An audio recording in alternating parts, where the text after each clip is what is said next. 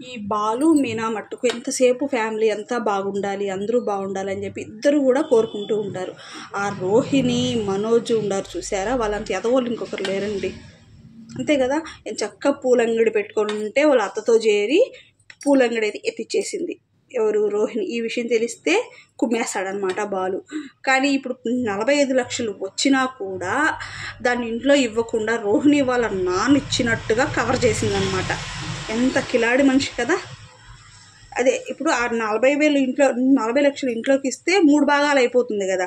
అందువల్ల ఏంది అని అంటే, వద్దు మనోజ్, మనము మా నాన్న ఇచ్చినట్టుగా చెప్పుకొని మనం ఏదైనా బిజినెస్ స్టార్ట్ చేసి ఆ డబ్బుని మనము మళ్ళీ ఇచ్చేద్దాము అని చెప్పేసి అయితే అంటుందన్నమాట రోహిణి.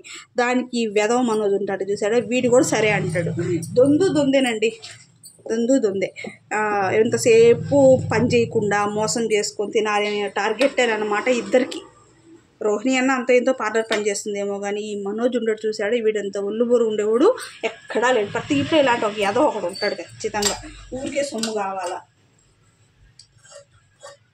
కాకపోతే ఎంతసేపు బాలుని మీనాని ఎత్తిపోసుకోవడమే ఇలా బతుకంతా కూడా. బాలు మటుకు ఇప్పుడు నేను చక్కగా వాడికి ఫర్నిచర్ షాప్ కూడా చూసి పెట్టాడు కదా.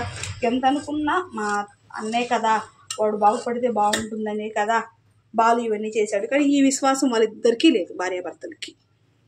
అమ్మ పేరు పెడదాం షాప్కి అన్నా కూడా వద్దొద్దు, అమ్మ పేరు పెడితే కలిసి రాదు అని చెప్పడంతో ఇంకా బాలు ఏం చేశాడు, ఆ రూమ్ కాడి పక్క నుంచి వెళ్తూ ఉంటే ఆ వీడియో క్లిప్ అయితే తీసేసేసి మనోజ్ దగ్గరికి వెళ్ళి, ఏమరా కొంచెమన్నా బుద్ధి ఉందా నీకు, ఇలాంటి పని చేసేది నువ్వు, అమ్మ నిన్ను ఎంత ఇష్టంగా చూసుకుంది, నీకు అమ్మ పేరు పెడితే కలిసి రాదంటావా, అసలు నువ్వు మనిషివేనా నువ్వు, అదేంటి బాలు అలా అంటావు అని చెప్పేసి పార్లర్ రోహిణి అడిగితే, నువ్వు ఉండు పార్లర్ అమ్మ, నీకేం తెలుసు మా అమ్మ వీడిని ఎంతగా ప్రేమించిందో, అలాంటి వీడు మా అమ్మ పేరు పెడితే కలిసి రాదని అంటారా, ఉండు మీ సంగతి చెప్తానని చెప్పేసి బ్లాక్మెయిల్ అయితే చేస్తూ ఉంటాడు బాలుకి. ఏమన్నా వాళ్ళ అమ్మ అంటే చాలా ఇష్టం అండి.